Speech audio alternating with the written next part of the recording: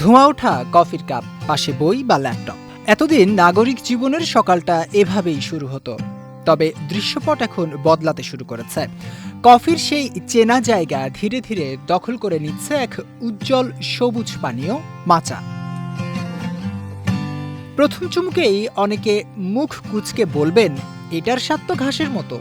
তবু বিশ্বজুড়ে মাচার জনপ্রিয়তা তুঙ্গে। কিন্তু কেন? প্রথম কারণ এর নান্দনিক রূপ। সোশ্যাল মিডিয়ার ছবি বা ভিডিওতে এই সবুজ পানীয় দেখতে দারুণ আকর্ষণীয় লাগে। ফলে স্বাদের চেয়েও এর পরিবেশন আর আভিজাত্যই নজর কাটছে বেশি। কফি যেখানে ব্যস্ততা আর রাত জাগার প্রতীক, মাচা সেখানে ধীর ও শান্ত জীবনের অংশ।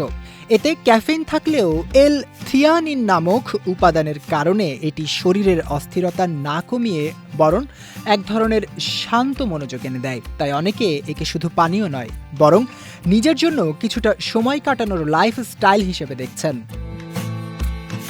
বাংলাদেশের রাজধানীর বেশ কিছু ক্যাফেতে এখন মাচা পাওয়া যাচ্ছে। দাম কিছুটা বেশি হওয়ায় নিয়মিত না হলেও তরুণ প্রজন্মের মধ্যে এটি নিয়ে প্রবল কৌতূহল তৈরি হয়েছে।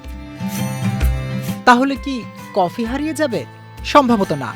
কফির দীর্ঘদিনের অভ্যাস এত সহজে বদলানোর নয়। তবে মাচা নিশ্চিতভাবেই নতুন এক ধারা তৈরি করেছে, যা এখন অনলাইনে ট্রেন্ড ছাড়িয়ে মানুষের জীবনযাপনের অংশ হয়ে উঠেছে। জাওয়াদ অন্তু, বিজয় টিভি, নিউজ ডেস্ক।